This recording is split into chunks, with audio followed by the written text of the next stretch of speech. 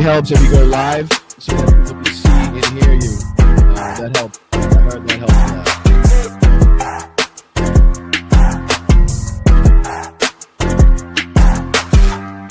We always do about this time.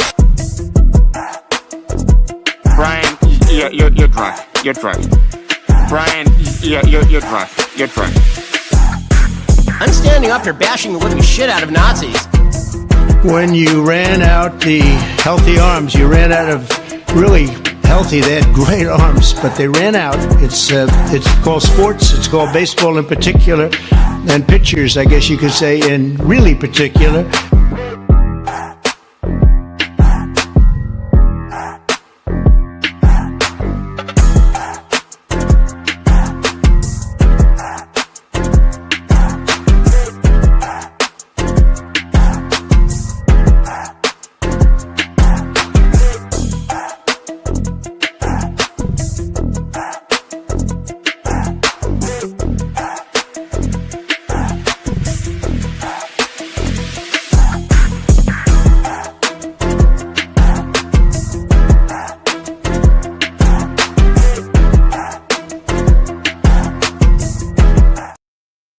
All right, what do you say we try this again? Take two. I appreciate you guys joining me. I'm Boston Brian. This is Blood Politics. Hit that like on the way and subscribe to the channel if you are not. It's free to do so. There's a multitude of different ways that you can help this channel. One being up in the corner. There's a Venmo. Just take a picture of that. Send a buck or two. Send a buck or two. Try your luck at supporting some independent media. It goes a long way. But most of all, just hit the like button. Subscribe to the channel. That would be great. Let me see if I can get into thanking the chat again, since I was just doing that and I wasn't live, and nobody could kind of hear or see what I was saying.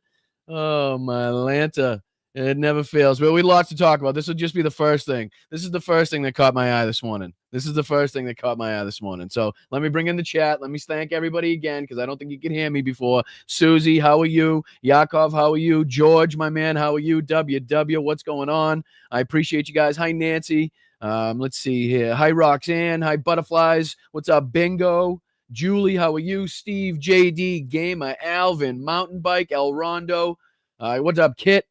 Appreciate you guys. Hi, Denise. How are you? Stoneflower, Dragon, Big Steph. What's going on? Social Butterfly, Tricinia. What's going on? Hi, Jen. How are you? AI Jesus. Welcome, Alyosha. Nicholas, what's going on? I appreciate you guys. Oh, let's fucking go. Sitting outside Walker's Point in Kennebunkport. Let's go. Nice little spot in Maine.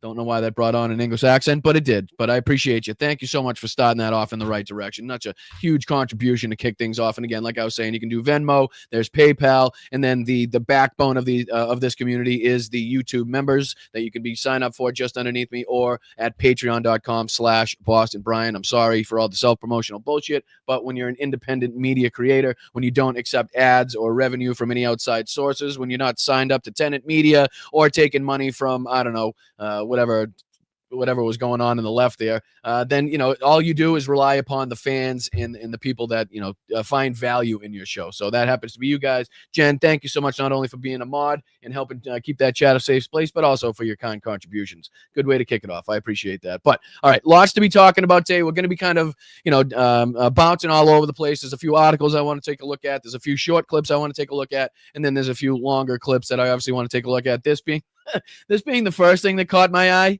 right, is the New York rapper who joined Trump at the campaign rally, sentenced to 5 years for attempted murder. Like, I mean, if this, just to show the judgment of not only the Trump campaign, but Donald Trump himself and the people that he associates himself with. Let's see here. We also have Mike Johnson seemingly acknowledging that Donald Trump is unhinged and unwell. That's just a really short clip that we'll be taking a look at as well. We'll be diving into, obviously, the flotilla, the Gaza flotilla that was intercepted by Israel. There's several different videos and things that we're going to take a look at there. Also want to get back to this ridiculous clip from Fox News and call out this asshole here for his nonsense. And then we're going to Ukraine. We'll be talking about the latest updates in the Ukrainian, the brutal invasion of Ukraine by Russia, what's coming out as far as, maybe some new reporting as intel, as far as intel sharing is concerned between the United States and Ukraine, which is a good sign. We'll be talking about Tomahawk missiles, which would also be a great thing. There's some front line updates that we have. Ukraine Matters does a great job of giving us some front line updates. We got some Russian propaganda, some Russian state media to take a look at. They respond to Donald Trump and Pete Hegseth, their comments at the general meeting that we've been covering. There's another clip here from Jen and Pumps from the iHip ladies. We got a ton to get into. I don't know if we'll get into it all. There's another frontline update here from Ukraine. There's Artur Rey. He gave a good update as well. And then there's more on the flotilla. We got a ton to talk about. There's this everybody's talking about, which is seemingly the ramping up of forces talking about either going after Venezuela. I mean, this is Venezuela and U.S. edge towards war footing, but domestic concerns, international risk may hold Washington back. This is just one of many articles that is being written. And then to go back to yesterday's show, we covered this on the show, which was, let me see if I can kind of just bump ahead, which is Netanyahu's comments about paying influencers $7,000 for each tweet and how they're looking to take over TikTok and X. And I just wanted to compare that and line that up with, another clip that has come out talking about another Israeli politician, this time Yair Golan, talking about how they need to block anything authorities label as propaganda on social media, and they are specifically naming X as a place where they need to silence other voices, mainly voices like me and you and people that are calling for, the killing to stop over there. But before we waste too much time, let's get right into it. This was like I said, the first thing that caught my eye this morning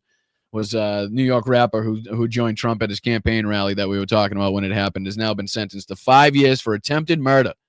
Now, I'm just curious if the Trump campaign, the Trump administration is having second thoughts about who they're bringing on stage, considering the attempts on not only Trump's life, but, considering this guy's now just been sentenced to 5 years. I think, what's his name? Chef G or some bullshit. New York City rapper. What's his name? Chef G, whose local name is Michael Williams, also must serve 5 years of supervised release once he's freed under the terms of the sentence imposed Wednesday. Pled guilty. Prosecutors wanted a 20-year term. 27 years old. So I thought that was pretty amusing because the president of the United States brought this guy up on stage. But this is another one that people are talking about here, which is Mike Johnson seemingly agreeing that Donald Trump is unhinged and unwell. I don't know if you've seen this clip yet, but I was kind of shocked, a little bit shocked at his reaction here. He's typically a little better at kind of deflecting, answering questions, and defending Donald Trump, or at least, skirting away from the issue and talking around it. But in this one, he was kind of questioned by Madeline Dean. The president is unhinged and unwell, she says, right? And his response is, a lot of folks on your side are too. Again, not denying, not disputing, not saying anything against the fact that she just called the president and the leader of his party unhinged and unwell. So let me see if I can bring this up for you guys. We'll go over this. It's a short clip. It's only about 20 seconds long. But I found this to be quite amusing. The president is unhinged. He is unwell. What are you doing? A lot of folks on your side are too. I don't control. Oh my God, please. That performance in front of the generals, I didn't see it. Is so dangerous. I serve on foreign affairs. That's another part too. He says he didn't see the speech by Donald Trump when he was speaking in front of the generals. Right. I don't think Donald Trump's going to be too happy to hear that you weren't listening. I don't know if that's the truth or not the truth, or if he did listen to it and knew how shitty it was, knew how bad it was, and, just decided to say he didn't see it so he doesn't have to talk about it. But let's see if we can hear that one again. So he doesn't deny that Donald Trump is unhinged and unwell right off the bat. The president is unhinged. He is unwell. What are you doing? A lot of folks on your side are too. A lot of folks on your side are too, which means, yes, you're right. You're 100% right. He's definitely unhinged and unwell. But in my opinion, you have a lot of people on your side that are unhinged and unwell too. That is not a refusal, right? That is, oh, Dave, what's up, Dave, you handsome bastard? What's going on, brother? I appreciate you. Good to see you back, man. Good to see you. I feel like it's been a while. Thank you so much for the 5 gift. I hope everybody in that chat right now that's about to get one of those 5 gifted memberships is thanking you for your contributions. Appreciate you, man. Good to see you back. Oh my God, please. And then she brings up the point, like that speech in front of the generals, like that was just ridiculous. That was, embarrassing. And he says, well, I didn't see it. And he turns away to the side as he's saying that because he's embarrassed to say it. Ready? Listen.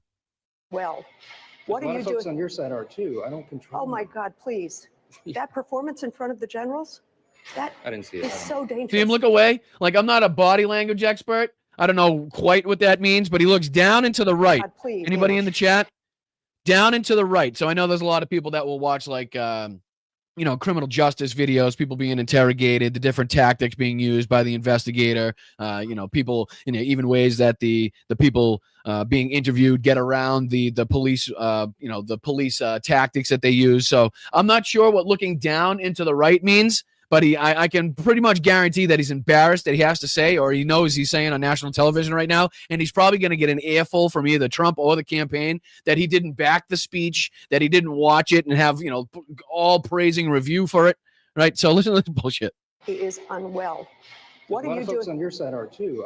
He looks to the right when he says that. Oh my God, please. That performance in front of the generals, that I didn't see it. is so dangerous. You know I serve on foreign affairs and appropriations. This is a collision of those two things. Our allies are looking elsewhere. Our enemies are laughing. I just left You the have a speaker's, president who is unwell. She's 100% right, but I think obviously the striking part of this is that Mike Johnson kind of goes along with it. I think that's the same clip there. Yeah, I don't think there was anything else from that interaction, but still, is he not? Is it really that simple to have these people recognize that Donald Trump is unhinged and unwell, but they're just so unwilling to go against it? At this point, they're willing to just, I don't know, try to save their career, try to save their position in the campaign. I'm not sure, because he seemingly admits right there that he knows that Donald Trump is unwell, unhinged. There's clearly a reason why he didn't watch the speech. It's either so he didn't have to give comment on it, right? Or didn't have to actually know how fucking unhinged and unwell Donald Trump is, which is ridiculous to think considering the amount of time he spent with the guy, the amount of time he spent talking to him, and the amount of time he spent around him. I mean, if anybody should know just how unhinged, unwell, and unfit for office Donald Trump is, it should be people like Mike Johnson, Thune, and the people that spend the most time around him, right? But that brings us into, obviously, the next story here, which is the story of the flotilla being stopped. Let me see if I can get rid of these. That way it's not slowing down everything.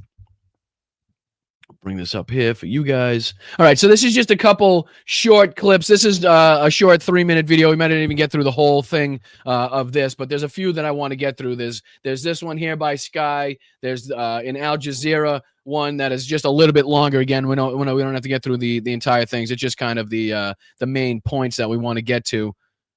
But yeah, so if you could hit that like button, if you could share the show out, if you could subscribe to the channel, I would very much appreciate it. Again, will start off with the Sky News one. This is titled Greta Thunberg Detained After Israel Intercepts Gaza Flotilla. And obviously, I don't know why they're making that the main headline. I think the main headline in and of itself should just be that the flotilla was stopped by Israel. I don't know why people are trying to. I mean, I understand that she's the most prominent figure probably on there, but again, I think it kind of detracts from the seriousness and the severity of the interactions and the interception by Israel by trying to kind of highlight just Greta Thunberg as much as she's done for it. And I'm not, no shade on her, but I just think it would be prudent upon these, these media companies to kind of highlight the humanitarian aspect as opposed to a single person, right? That's just kind of my 2 cents on that.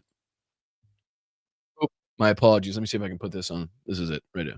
Up to date on our top story this evening, the flotilla, roughly a 42 vessel convoy. And you can see the images of that flotilla on our screens right now. Some of the vessels that have been intercepted in international waters. The Israeli Foreign Ministry has said that they are in an active combat zone. Those on board say they are in international waters, and what they're doing is absolutely legal. But this must be at the moment. You can see everybody's got their hand raised. I'm not sure what the the flashing and the stuff going on around the camera could very well be like flashlights from the Israeli forces that boarded. But you can definitely tell that they're all sitting with their hands raised. This must be at the moment when they were getting boarded. I think there's some better footage that comes out of our next clip the next video clip. But this is just to get as much information as we could possibly get about this.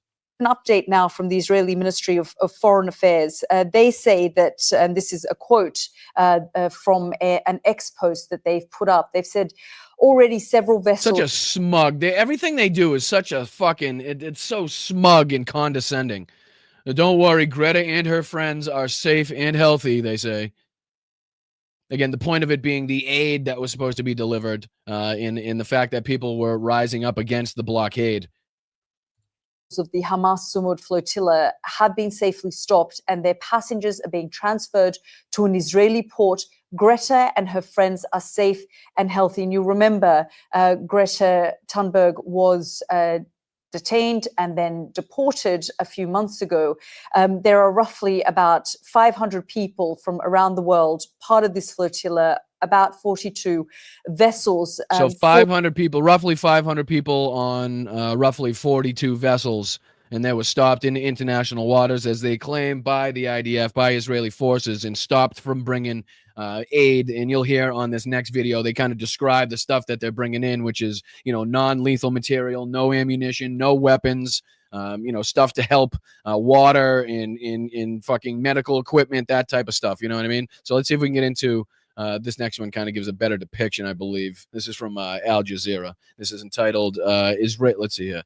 Israeli forces board Gaza flotilla, detain Greta Thunberg, other activists. See how that, it's just, I don't know. I have a problem with kind of the highlighting of one single person when, again, there are 500 people that are risking their freedom, risking their lives to make this mission a success, or to make this mission possible, or to at least highlight the highlight the problems that they face in getting aid to this area. So let's see if we can get in a little bit of this. This is the Israeli Navy. You are approaching a blockaded zone. An Israeli Navy officer orders the global Sumud flotilla to change course. Please change your course. Replying over the radio, the crew identify themselves as civilians on an aid mission to Gaza. We carry only food, aid, we carry water filters, we carry crutches, we carry baby formula for the people that you've been starving to death. What follows is what members of the flotilla call active aggression, which is illegal in international waters. There are between 10 and 12 vessels approaching our flotilla, including one boat moving much faster than the others, probably to conduct the interception. So, these are the last minutes to call on governments to demand the safe passage of the flotilla. Communication systems are jammed. Some boats are hit by on that, you can see these are different cameras set up on the different boats in the flotilla. Each of them got their own separate name. You can see this one was the Alma on the front. And I believe at this very moment, you can see them all kind of sitting in a circle, forced to sit in a circle with their hands up by the IDF, if I'm not mistaken. And then you can see the cameras start to go out one by one. Communication systems are jammed. Some boats are hit by water cannons, and others rammed by... You know what? That's probably what we were seeing on the camera before. It's probably the water going over the camera. That's what it is. So basically the same tactics as cargo vessels have when they're going through pirated waters, and they have the water cannons on the side of the boats to try to keep the people away from the side of the vessel. So those same tactics are being used here to try to intimidate, possibly sink the vessels. Navy vessels. The confrontation had been building since early Tuesday, when more than 40 boats entered what they called a high-risk area. And this is nothing new. If I'm not mistaken, there was a flotilla going to Gaza that was around 2011, 2010, something like that, in which 9 or 10 people were killed. Let me see if I can look that up, because everybody's like, wow, just goes to show that this didn't start, this conflict and this, humanitarian disaster didn't start October 7th, right? That this has been going on a long time. Let me see if I think it was 2010, if I'm not mistaken. Yeah, let me see if I can pull this up, put this on the screen. I'll make this a little bigger so you guys can see it. So this was a 2010 Gaza flotilla. Let me see, make sure you guys can see that a little better. Yeah, you can. So 6 civilian ships were raided by Israel on 31 May 2010 in international waters in the Mediterranean. 9 of the flotilla passengers were killed during the raid, with 30 being wounded, including one who later died of his wounds. 10 Israeli soldiers were wounded, one seriously. The exact sequence of events is contested, in part due to the IDF's confiscation of the passengers' photographic evidence. So again, when people are like, oh, well, this is a recent development. Like, this whole thing started October 7th. Okay, so why in 2010 was it necessary for 6 civilian ships to try to make their way to Gaza? Again, I believe they were carrying, according to UN Human Rights Council, all activist deaths were caused by gunshots. Let's see here if it kind of details what they were bringing. Operation was an attempt to block the Free Gaza movement's ninth attempt to break the naval blockade imposed by Israel on the Gaza Strip. Israel proposed inspecting the cargo at the port of Ashdod and then delivering non-blockaded goods through the crossing, but this proposal was turned down. Israeli forces then raided and seized the Gaza-bound ships in the international waters of the Mediterranean. So again, in case people try to depict this as being something new. The Mediterranean Sea. It's where the Israeli military stopped previous humanitarian missions to Gaza. Israel calls it an active combat zone, but the aggression this night is towards civilians, including the arrest of Swedish activist Greta Thunberg. This is more footage. Many of them say they will refuse to sign Israeli papers, and the flotilla's mission to highlight the suffering in Gaza. Now you can see the different cameras from the different ships. 2 of them on the bottom, I believe, already being out. Is not yet at end. Felix Nyawara, Al Jazeera.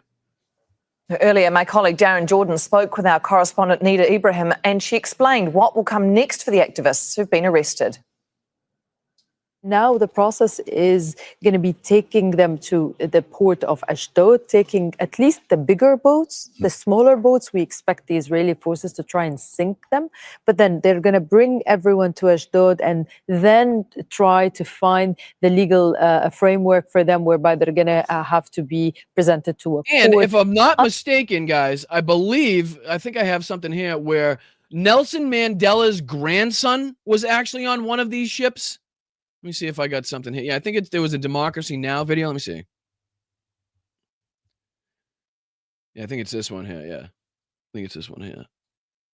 And again, we'll just play a couple minutes of this. This is from Democracy Now! This is Global Samud Flotilla. Nelson Mandela's grandson speaks from the ship headed to Gaza. As the Israeli blockade of Gaza continues, we're going now to get an update on the nearly 50-boat flotilla currently some 150 nautical miles from Gaza. One of those on board the global Samud flotilla is Nkosi Zwelivelile Mandela, the grandson of Nelson Mandela, the global icon for the struggle against apartheid, who became South Africa's first democratically elected president after he was freed from prison for almost 3 decades. Mandela joins us now from the boat. Welcome to Democracy Now! Can you talk about where you are and why you're on this global Samud flotilla? So again, Nelson Mandela's grandson. Good afternoon to everyone. We are currently on the Mediterranean Sea and have entered the yellow zone, which in the next 20 hours we should be entering the red zone, where many of the flotillas previously have been intercepted, abducted by the Israeli forces.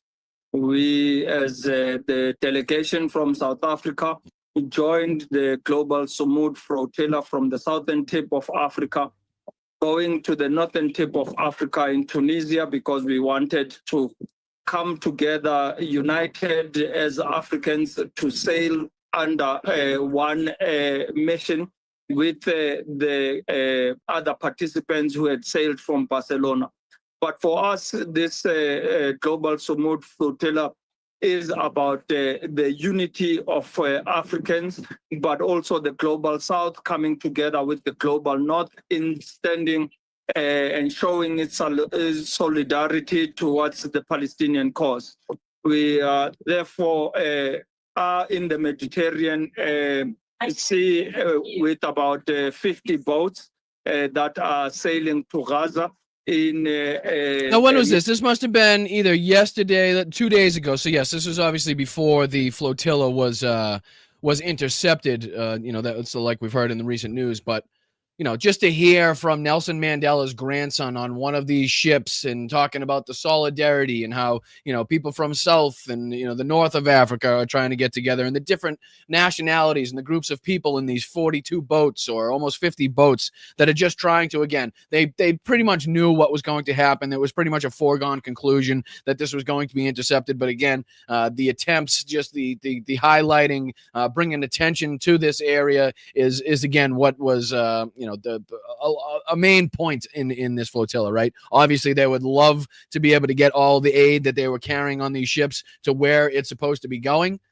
But again, I don't think any of them were under any illusions, and a lot of them even put out like, some of them put out like final messages just in case, in case some of them were struck by drones. In case any of them were killed, they were writing letters home to their families and sending messages home to their families. So it's a very serious situation that they undertook, and we have to kind of give them all the credit in the world for trying to raise awareness and putting themselves in harm's way in order to again, bring some spotlight onto the situation here. It means to break the blockade and end the siege that has been ongoing for the past 17 years. And Mandla Mandela, could you talk about the unprecedented attacks of the Israeli government on this flotilla, the various drones that it's unleashed against some of the boats? Well, it has been clear that the apartheid state of Israel is not only a threat to Palestinians, but is a threat to the region and to the entire global community. We have seen them attacking Yemen, attacking Lebanon, Syria, Iran, and of late we saw them attack Qatar, including the global Sumud flotilla, whilst it was in Tunisia. Therefore, right, there's different footage that there's footage that you can pull up yourselves of the flotilla being attacked at different points by different drones. But I think it's kind of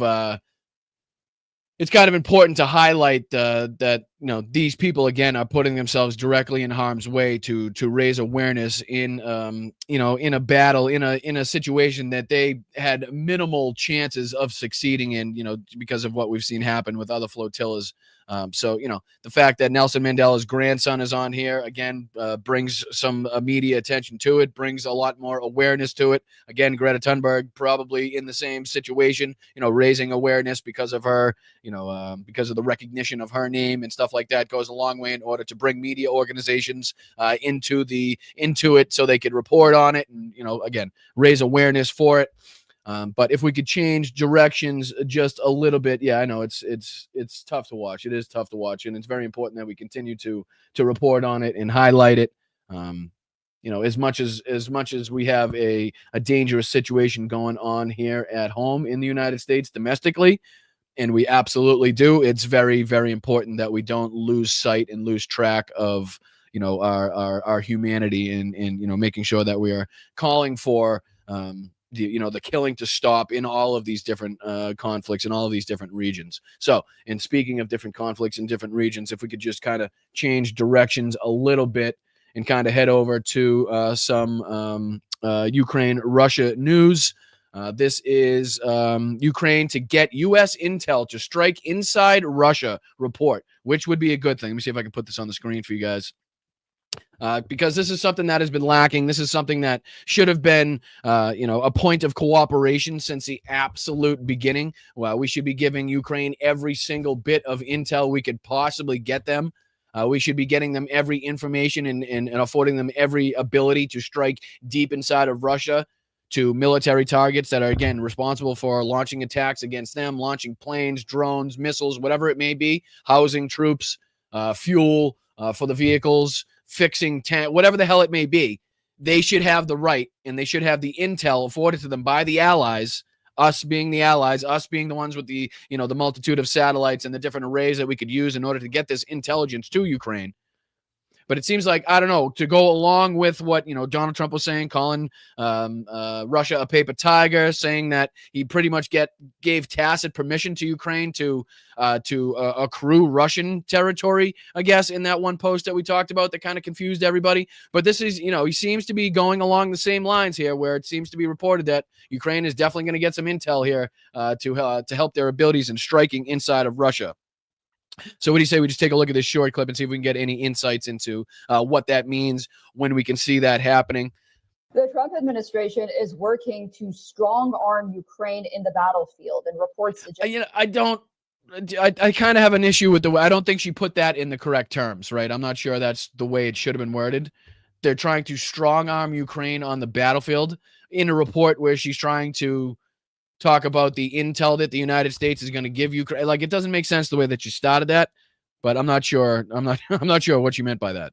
As the White House is planning to provide Ukraine with American intelligence to carry out missile strikes on Russian energy infrastructure, which they have been doing at will, and this will only go a step further in helping their and increasing their abilities to ramp up these attacks and increase the oil and gas crisis that has been consuming the Crimea and Russia, now up to something like, I don't know, it was something like 35 or almost 40% of their total refining capabilities have been have been hurt so far. Wall Street Journal report cites that the U.S. president has instructed Pentagon to assist Kyiv in planning such strikes. Moreover, U.S. officials are also reportedly asking NATO allies to provide similar support. Ukrainian President Volodymyr Zelensky is waiting on Trump's approval to get Tomahawk missiles, which the Zelensky believes would significantly increase pressure. Absolutely. I mean, it would be a huge game changer. And it's not like Tomahawk missiles are like brand new technology by any means. I think they've been around since, if I'm not mistaken, the late 80s, early 90s, as far as the technology is concerned, but they are extremely effective, right?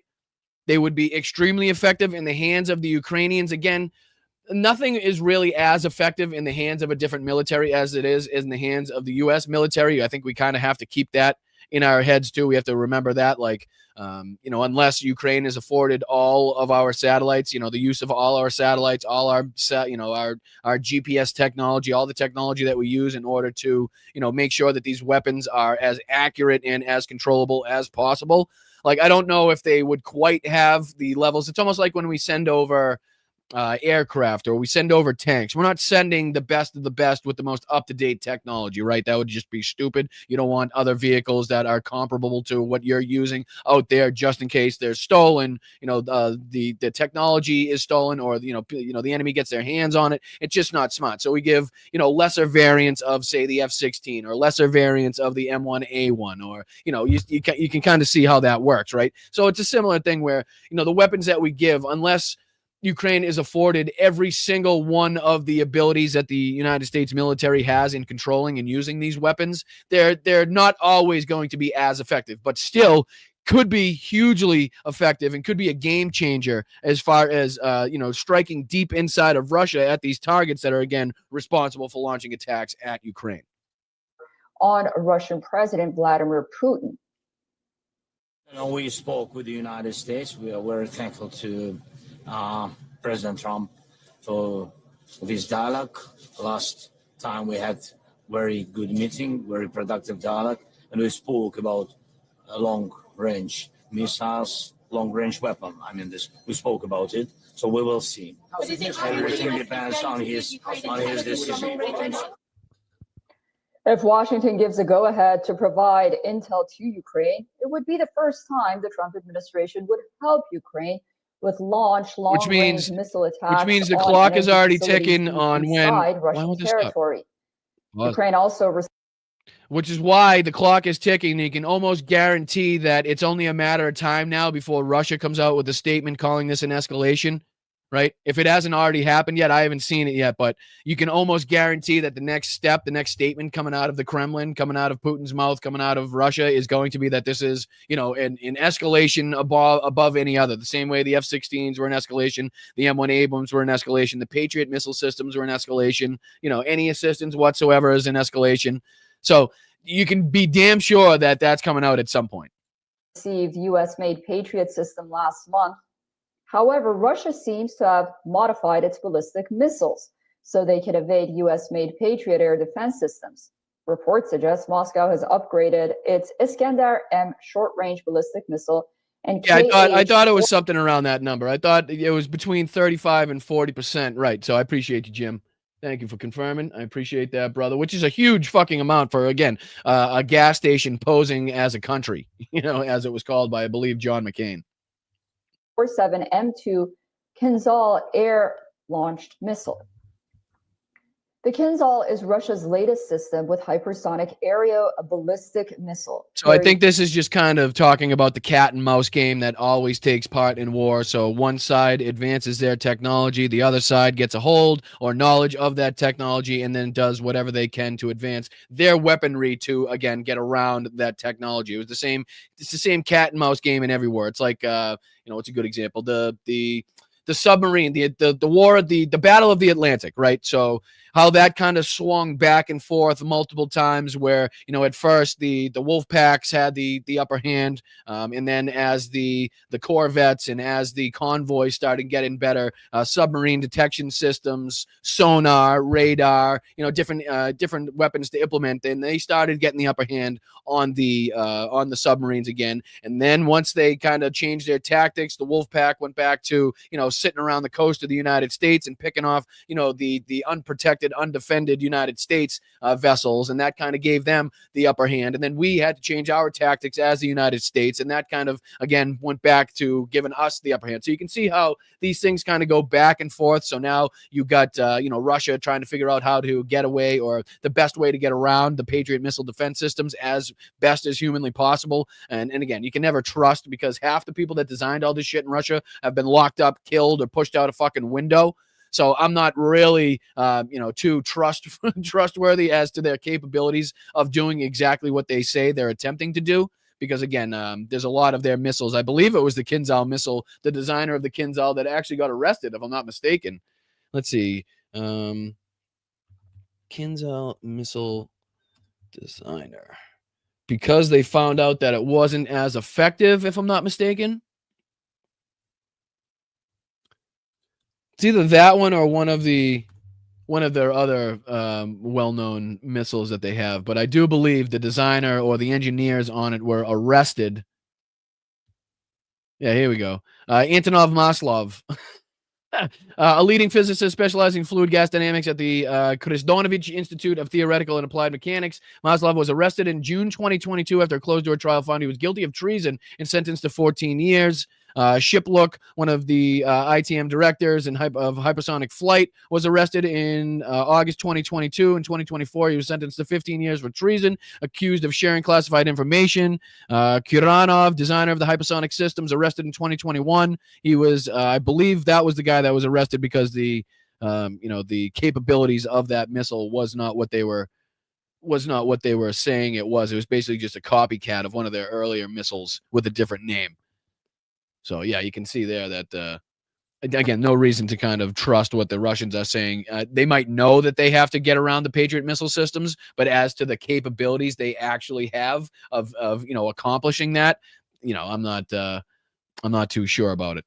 By specially equipped MiG-31K fighter interceptors. The Kinzhal missile features low radar signature. Let me see if there's anything else here that they talk about. To hurt Russia and to impose real problems in Russia, which would make this war not so popular among the Russian population. As the Russian population now suffers from the lack of gasoline, rising prices, and lack of logistics, they can start asking questions: what is wrong with this war? Why is it happening? And of course, the reduction of oil. It's strange that over 1 million of their fucking soldiers, men of their daughters, their sons, their nieces, their nephews, their uncles, their babushkas, have already been killed. Either wounded or either dead or severely wounded. It's surprising that you would think that, Ukraine getting Tomahawk missiles would be and I'm not saying he's wrong, but it's just so hard to predict what will actually be the red line, what will be the line in the sand for the Russian population, just because of the history they have and their willingness to sacrifice so many, and just the cold nature in which they approach war, and the cold nature in which they feed their fucking own citizens, their own kids, into the meat grinder for absolutely no reason. So it's difficult to say, because again, the F-16 was going to be the red line, the M1A1 was going to be the red line, the Patriot missile defense systems are going to be the red line, that was going to be the red line, this was going to be the red line, and there really hasn't been any red line for the government You know, and we really haven't seen a red line for the citizenry either of Russia. What's going to be their red line? They were at some point, you know, several months ago, kind of showing a little bit of an uprising, but that seemed to have quieted down. I know we've talked about at length the strict measures imposed by Russia to anybody out there protesting. Even if you're out there with a blank piece of paper, you know, they can still arrest you for kind of disrupting public motion or whatever they fucking call it. Doesn't even have to say anything. You don't even have to be saying anything. You just stand there with a white piece of paper and they can arrest you as, you know, in like an active protest. And, you know, it could very well get you 15 to 20 years in prison. But, you know, it's hard to say that, you know, even if Ukraine does get the Tomahawk missiles and the Russian citizens do start seeing these bases and military installations all over the country being taken out and more of their sons and their daughters being killed, it's hard for me to say that they're going to, you know, inevitably turn on the war or turn on Putin. Because, again, 1.1 million, over 1.1 million at this point. And still that no red line has been drawn by the Russian people. Exports and gas exports. And again, that's with very little to show for it. Very, very little, if anything, to show for it that they would be willing to brag about, right? Because the percentage of territory that they now hold is not brag worthy. It's not making any of these fucking Russians braggadocious as far as, you know, what they were supposed to have accomplished, what their goals were, and what they're staring in the face right now, right? What's up, Steven? Capacities, economic capacity. What's up, Dame? What's up, dude? What's up, Salt? To purchase weapons abroad, for example, in China. We're just kind of going over the possibilities and what it may look like if and when Ukraine does start receiving this intel and the long-range, you know, weaponry in the form of Tomahawk missiles. So we're just kind of at the end of it now, and then we're going to hop on to a little bit more of the Russian fuel crisis, and then we'll take a look at some RT video talking about Donald Trump and Pete Hegseth. Saying that Russia threatened them, and then we also have some more from the front lines that we're going to talk about. So if you're here to hear and talk about Ukraine, then you're in the right place. And then we got a few more videos to get through at the end as well. So stick around, hit that like button, subscribe to the channel. We're on our way to 15K. It's a slow roll, but I think it's a slow roll because we're doing it with real people.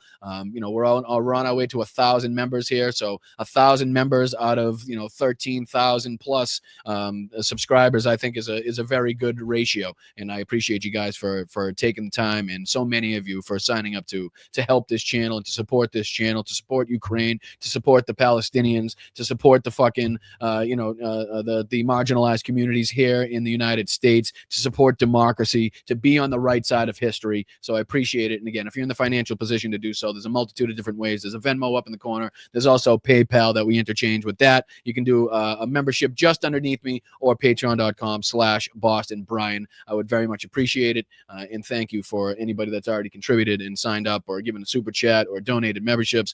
We go through all of those at the end of the show. So if you throw a super chat in there, please stick around to the end so that I can thank you personally for your contributions to this show. So let's get into just a little bit more of this one, and then we'll see what other clips we can get into. Iran or North Korea. So long-range strikes against Russian targets like oil refineries is a very important tool, but Ukraine is not so. Ukraine doesn't have a lot of weapons for these strikes. Ukraine has practically hit almost every target in the reach of its long-range drones. Right, which is, again, why we need to implore, why it should have already been accomplished, that we are feeding Ukraine more and more and more of these targets to hit. Not only the targets to hit, but the capabilities and the intel to make sure that those targets and the strikes are effective. Right. Therefore, we don't waste the ammunition. We don't waste the weaponry that we give them. We're making damn sure that every fucking bullet, every bomb, and every missile and every drone that we give them is used as effectively as humanly possible. So we're getting the most bang for our buck, so that Ukraine is getting the most bang for their buck in the weaponry that they're receiving. So it doesn't make sense to just blindly, again, sell NATO weapons so they can fucking, sell it back through the back door to Ukraine if we're not going to give them the proper coordinates, the proper intel, and the proper ability to use these weapons in their effective fucking nature, right? As for the most effective use of these weapons as possible. Play. 800, 1,000 kilometers. But some targets are better protected by anti-drone protective measures. What's the effective range What's the effective range? Effective range Tomahawk. Just out of curiosity. Let's see here. So the effective range of a Tomahawk missile varies block by block and model, but typically falls between 900 nautical miles, 1,700 kilometers for newer conventional models like the Block IV TLAM-E, and 1,350 nautical miles, 2,500 for older nuclear-armed versions like the Block 2 TLAM-N. So I'm going to go ahead and guess that we're not going to give them the nuclear-armed versions. So we're looking at around 900 nautical miles, around 1,700 kilometers. And how long? How he just said they were able to take out how many? Let's see. Protective measures like nets or cage, protective measures like drone, anti-drone, protective measures like nets or cages. And some targets are being located longer deep in Russian territory. So for these strikes, Ukraine needs long-range missiles like Tomahawk cruise missiles, which carry much more explosives, which fly faster, which fly deeper, and also have kinetic energy in addition to explosives. Which I think they have something like 200 or 300 pounds of explosive charge on them, if I'm not mistaken, as well. Let's see. Warhead, no, conventional, 1,000. Holy shit, 1,000 pounds high explosive. I was way off. 1,000 pounds of high explosive. Obviously, on the conventional non-nuclear version. That's fucking crazy. 18 feet long, cost 1.87 million per. Jesus. So it's almost $2 million per fucking Tomahawk? That's crazy. In service 1983 to present. So even earlier than I thought. I thought that was the late 80s, early 90s. It's crazy how old the technology is and how effective it can still be. All right, so sorry. I was just curious at how much explosive charge it had. Through the cages and nets, etc. So if Ukraine gets this weapon from the United States, it would significantly increase Ukraine's. You're extremely accurate too, because if I'm not mistaken, they can also change their coordinates mid-flight. So if the target changes, you can control it mid-flight. It can also be put into like I don't even know what you'd call it. Like there's almost like a sleep mode where, you know, if you're trying to acquire a target, you can almost have the thing circle the area for a certain period of time, and then you can kind of lock in the coordinates. You know, obviously with the use of our satellites and GPS and stuff, these things are extremely fucking accurate over a very long distance, and bringing over 1,000 pounds of explosive charge to a target over 900 kilometers away is a huge advantage for the Ukrainian military. Capacities to impose this harm on Russia and force Russia to some sort of negotiations. And this is in harmony with what President Trump. And in speaking of what they're trying to do, and again, push basically what's going on right now with the attacks on the oil refinery, with what we're seeing with the gas crisis, which we'll talk about, we'll talk a little bit about now, is basically is Ukraine doing everything they possibly can to advance their position, right? To give them a better fucking negotiating stance in whatever negotiations, whatever peace talks are upcoming or will be upcoming or in the future, right? So if they can kind of, get Russia back on their heels, if they can give something to go after Russia and be like, hey, listen, you either, comply with our demands, or we're going to continue to attack these oil refineries. And at some point, you guys are going to be sucking oil out of the fucking, it's out of the sea to try to get the, try to fuel up your tanks here. So, if you guys don't want to talk about that, I know you think you guys have us by the balls. But, just so you know, we're not even, it's going to cost us much less to do what we're doing in taking out your oil and gas refinery capabilities than it is for you to send thousands and thousands and thousands of troops into our territory, losing thousands a day, trucks, vehicles, drones, missile systems. Like, it's costing them an absolute fucking fortune. I think, if I'm not mistaken, I think Arthur Rahi, one of the videos that I had pulled up, where is it? Where'd he go? Right here. Oh, here he is. I think he actually did the math on how much Russia is actually spending. Let me see here. Was it this video? I think it was something like $500 to $900 million a day Russia was spending on this war. Something like that. I think it was something like that. Something crazy per day. But we'll see if we can get into this video here. This just kind of gives us a little update on the fuel crisis, and then we got a few more to get through. I appreciate you guys joining me. Once again, make sure you guys hit that like button, share the stream. It goes a long way. And again, this is credit where credit is. This is the channel Ukraine Matters. Russia's fuel crisis, 40% of production destroyed. See, Jim, I should have brought this up. And we could have answered both our questions. So this is 22 hours ago. It's got roughly 100,000 views, a little over 200,000 subscribers. So if you're not subscribed to Ukraine Matters and you like this sort of stuff, I would very much advise you to subscribe to his channel here. Hey there, Georgie here with Ukraine Matters. Welcome to Ukraine Daily News Show. More drones have been spotted all over Europe. United States is pressuring Europeans to finally stop buying Russian oil and to actually move on with investments into own security. And more importantly, Russia has found a solution to their gas problem. But there is a bit of a catch. Well, there's one thing there, General. I mean, Putin can only not concede as long as he's got air in his lungs, right? So all it takes is a frustrated faction behind him that really wants this whole nationalist point of view and really does see the betrayal of not taking over Kyiv as a slap in the face. So again, Putin can only never concede if he has air in his lungs, and I'm not so sure at how long he's guaranteed to have the that substance in his lungs. Let's just say. These news and more in today's show. Russia has reportedly found a solution for their gasoline issues, which is to import it from the Asian countries nearby. So basically now, in order to kind of quell the crisis that Russia is seeing, they've now started importing more gasoline from Asia. But this, as you can see, the Kyiv Independent says here, Russia to import gasoline from Asia as nearly 40% of its refining capacity shuts down.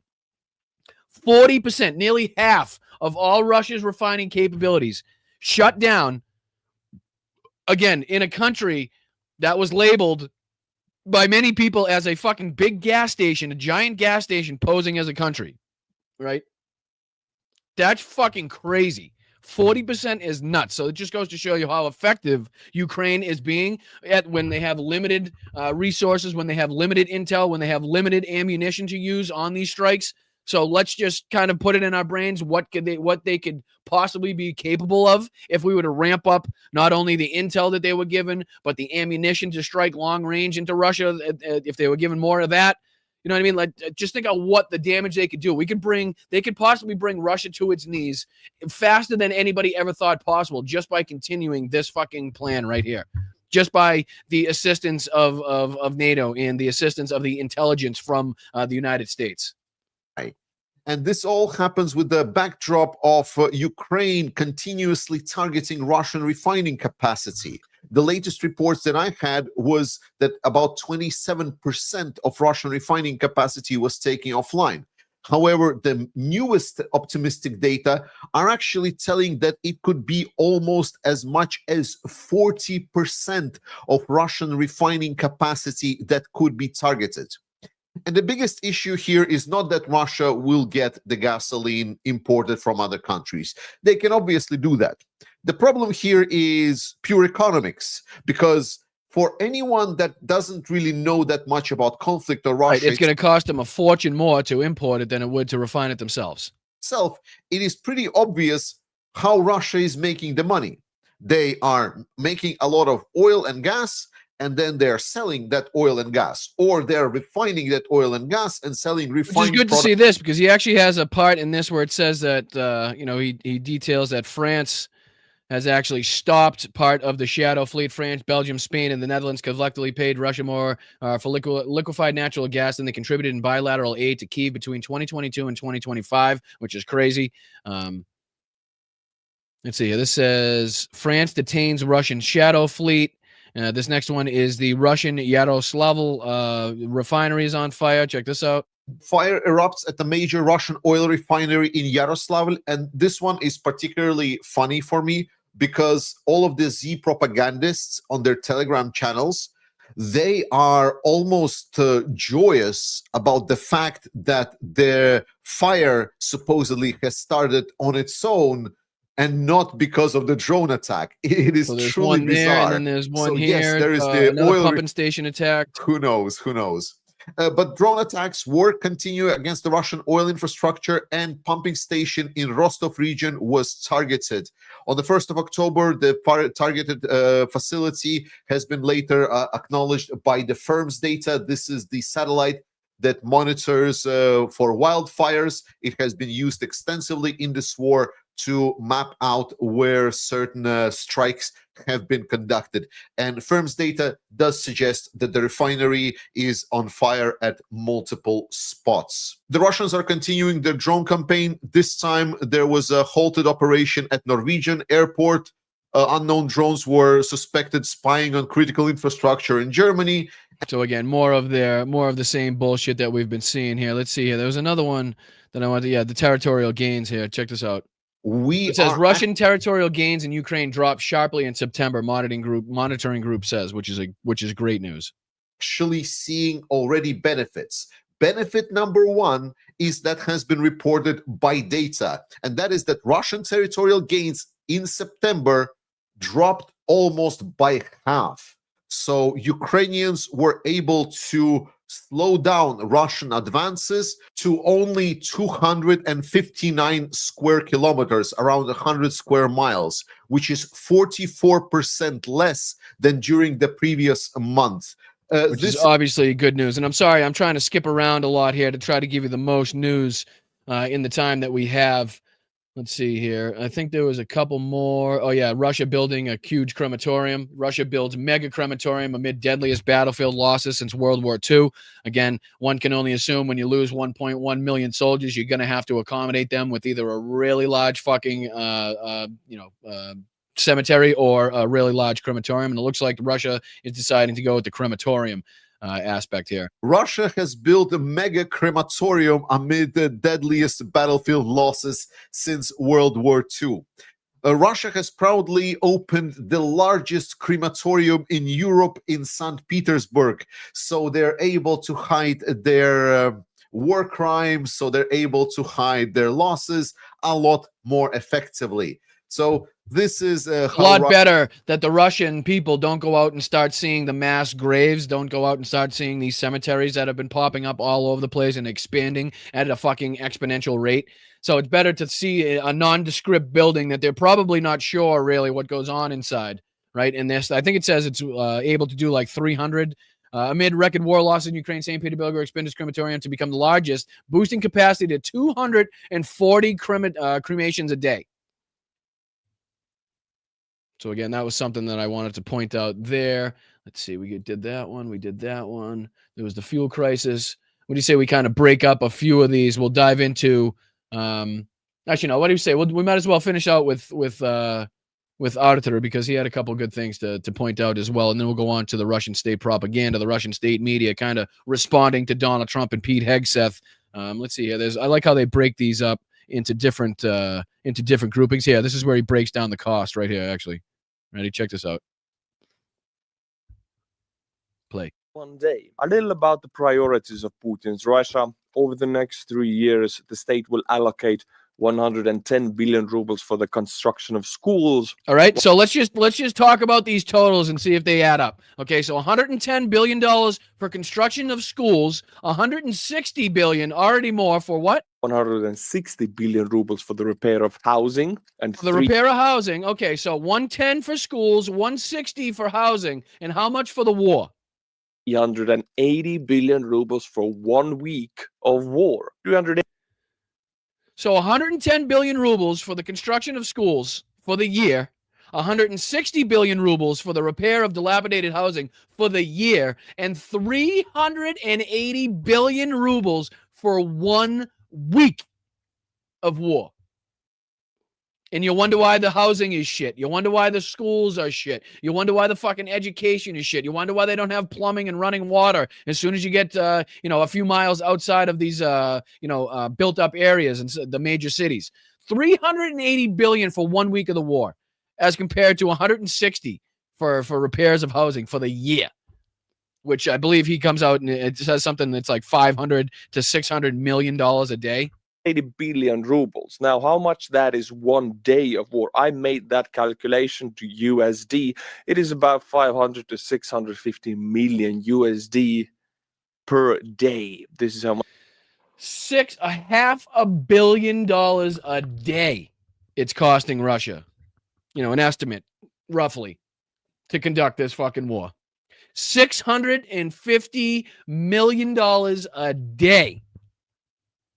And I don't even know if that is including lost equipment. I don't know if that's including, lost fucking infrastructure, the cost of repairs on the oil refineries. Who knows? That's wild. Much Russia spends on this war. Soon, the state will no longer need repairs, schools and hospitals at all. Citizens should know nothing but military knowledge and ideally be assigned to a military unit by the age of 5 or 6. Anyone who thinks differently will be declared foreign spies and enemies of the great fatherland. 5 or 6 years old. So no need for repairs, no need for schools, no need for hospitals. All you need to know is military knowledge and should be assigned to a military unit by the age of 5 or 6. Right? And then in one of these, he kind of goes on to describe the effects of the hits on the oil refinery. So let's dive into that a little bit. Problem. Let's look at some of the statistics once again, just to look at the problem of Russian expenditure, Russian economy disaster from another angle. Russia risks a profound economic crisis due to Ukraine's systematic strikes on oil refineries.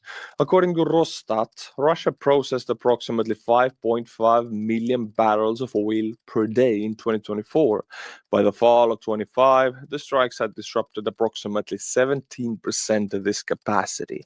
In the European part of the country, gasoline prices have increased by 15% and consumption rationing is being discussed. Oil exports, the main source of budget revenue, have fallen by almost 1 million barrels per day, hitting not only the domestic economy but also global markets.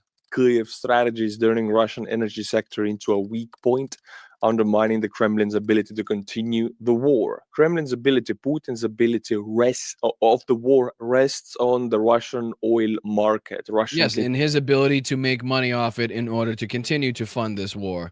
So, and this is another thing. So now that the Russian oil crisis has started, we're seeing gasoline theft rising. Of course, when gasoline is being a commodity in deficit, we are returning to the 90s. If you don't know, the 90s in the ex-Soviet Union, also Russia, was a very turbulent and dark times. Everything was stolen. Everything had a price, even human life, a very cheap price. Now, Russia is returning to those days. There are coupons to buy gasoline, and in this video, which comes to us from Yalta, Crimea, we can see a guy siphoning out gasoline from what it seems to be a Lada Niva. See, this thing didn't really happen in Russia for 20 years. Geez, I don't know. Is there a better depiction? Is there a better representation of going back to Soviet times than a Russian siphoning gas out of a fucking Lada because of fuel shortages? Crazy. Now, just for the sake of time, he also, I believe, goes into describe the Tomahawk missiles as well here. So just a couple minutes of this. That Trump is actually considering selling Tomahawk missiles to Ukraine through Europe. Now, Tomahawk missiles are only wielded by 3 countries in the world: United States, Australia, and Japan. They're effective, they're dangerous, they have a massive range and a massive warhead.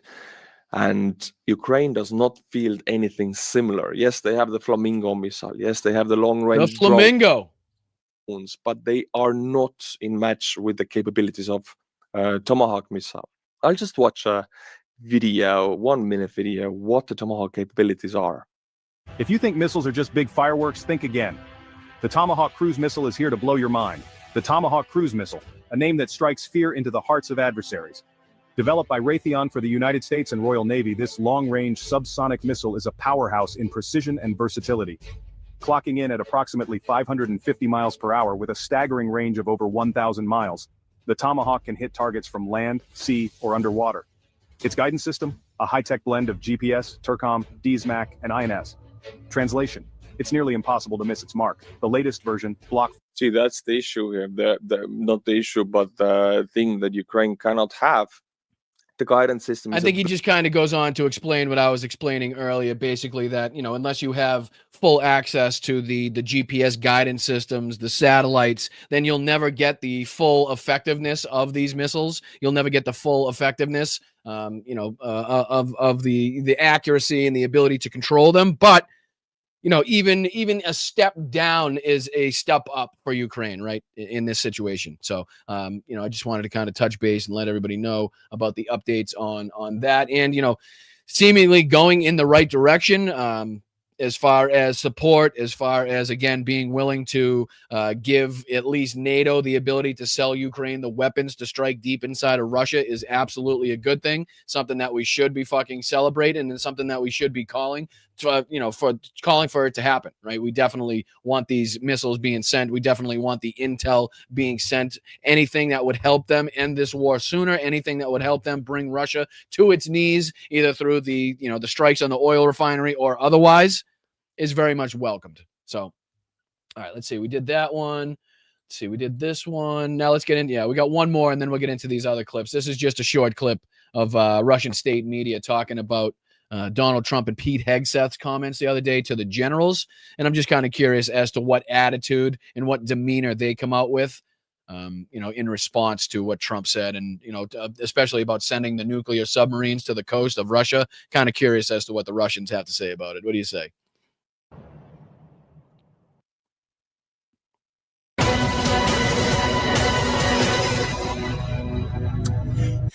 Доброе утро, дорогие друзья. У нас, конечно, все хорошо. Трамп же вчера нами опять был недоволен. Все мы делаем не так. Меня это просто реально восхищает. Знаете, такое ощущение, что человек решил, что если у него хорошие отношения с Путиным, то он сейчас придет и скажет Путину: Владимир Владимирович, значит так, смотри, давай ты просто, все, заканчивай эту тему.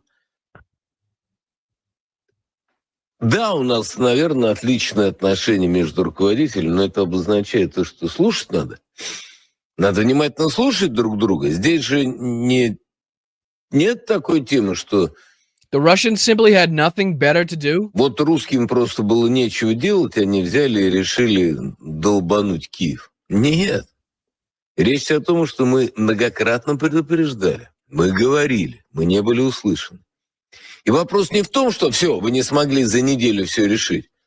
Да мы могли просто все уничтожить. Задача была другая. Мы никогда не ставили задачу захватить... He never had a goal of taking Kyiv, he says. Holy shit. Are you that delusional? You don't remember that long line of Russian armor, the long column that was supposed to be heading directly towards Kyiv? Like, what the fuck? Now all of a sudden that wasn't the goal? Because you weren't able to again, get that objective accomplished? Киев. По крайней мере, Верховный никогда это... The Supreme never voiced it this way. What does that mean? Не озвучивал. Я считаю, что вообще до Лиссабона. I think we should go all the way to Lisbon. Вопрос с кем? Просто там 500 миллиарда на 140 миллионов.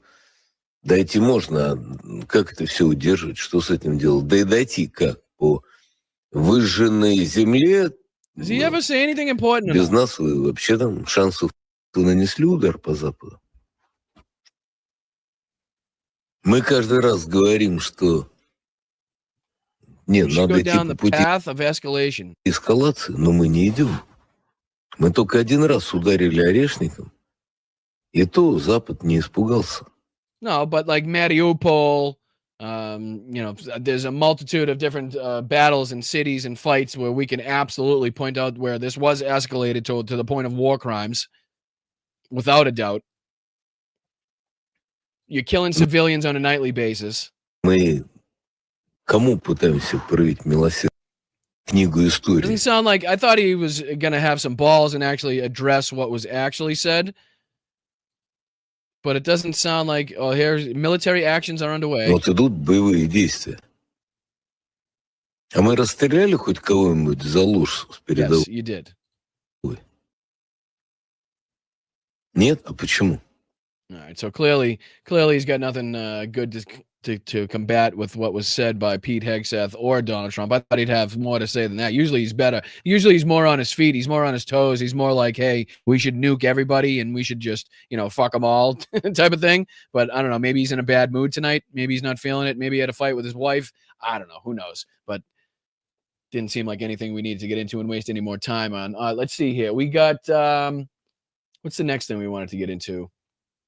Was talking about, I believe, it was this I've had it clip here. Let me see if I can pop into this, kind of change up the flow a little bit. This is JD Vance humiliates himself covering for Trump in disaster presser, and we'll get through just a couple minutes of this, and then we have a few more as well. Oh, I got to restart this. Hold on. I got to restart everything now. Share screen. Stop screen. Share screen. Share screen. I've had it. There you go. At the stage. All right, we're back at it like a crack at it. Let's go. Hit that like button, guys. This is Jen and Pumps from I've Had It. Again, tearing into JD Vance's ass, his smoky-eyed ass. Let's face it, the president of the United States basically has dementia, is about 85 years old, and is just grandstanding around making zero sense. So, of course, this administration is trotting out failed drag queen, smoky-eyed sociopath, who we will refer to as Little Smokey. They're trotting him out all over as the government is shut down. And J.D. Vance is far more nefarious, in my opinion, than Trump, because Trump's lazy. He's intellectually lazy. He's predictable. We know he's going to ramble. He's not even remotely entertaining. He's just gone out to pasture quacking like a duck. But Lil Smokey is sitting there primed and ready because he knows he can never win an election, ever. He is unlikable. He polls abysmally.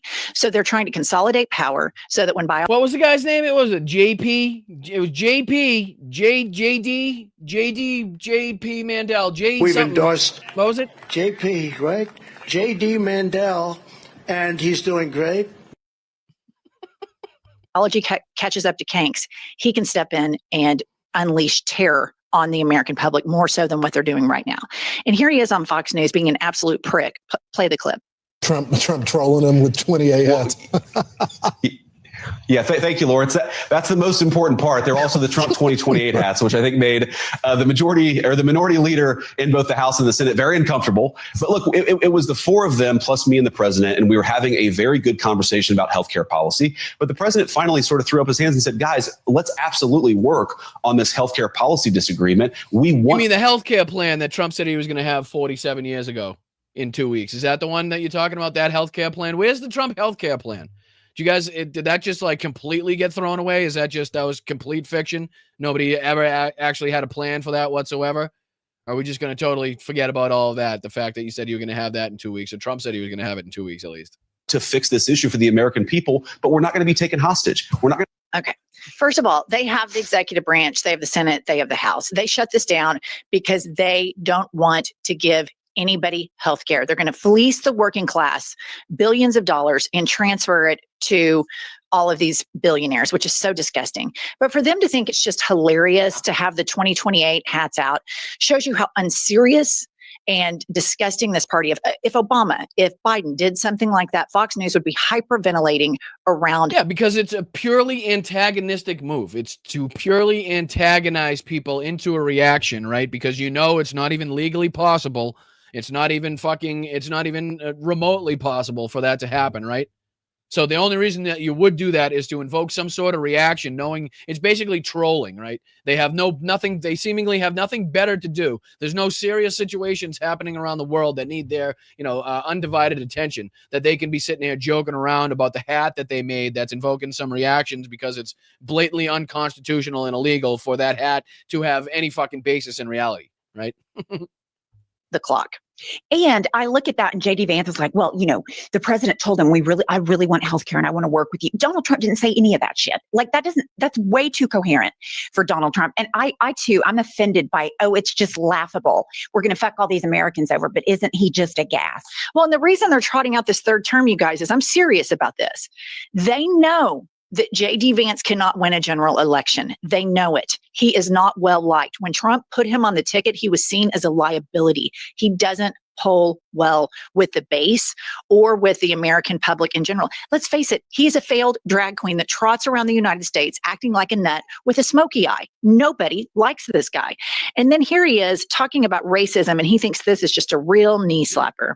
The sombrero thing, I mean, Hakeem Jeffries said it was racist, and I know that he said that, and I honestly don't even know what that means. Like, is he a Mexican? Of course he doesn't know what that means, because he has a brown wife. And on the campaign trail, he was interviewed, and he said, Usha can't help it. He's talking about the picture of Hakeem Jeffries in the sombrero. Here, I think it was Ben. Here, let me see. I think it was Benny Johnson. I think like 5 out of his last 6 videos had that picture of Hakeem. Yeah, here it is. All right, check this out. Here's Benny Johnson's fucking Rumble. So he's got one here. He's got one here. He's got one here. All right, so he's got it at least 3 times in the last day, where he's used that picture of Hakeem Jeffries with the mustache and the sombrero. I showed you that one where he had the Trump with the N-word pass with the black general. And he's got Mark Milley here with pink hair.